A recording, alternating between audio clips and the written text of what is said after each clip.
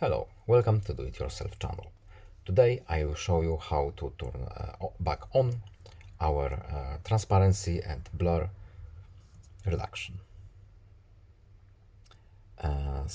Settings, we are looking for accessibility options. Accessibility is here, now visibility enhancements, and here we have reduce transparency and blur option enabled right now. What does it do?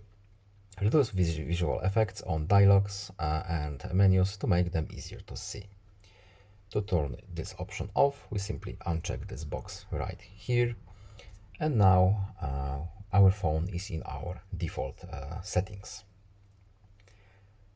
We can just simply back out to main menu, no need to save. Our function is now changed and it's in its default state. So I hope this video was helpful to you. Please leave a like and subscribe. Have a nice day and see you in the next video. Goodbye.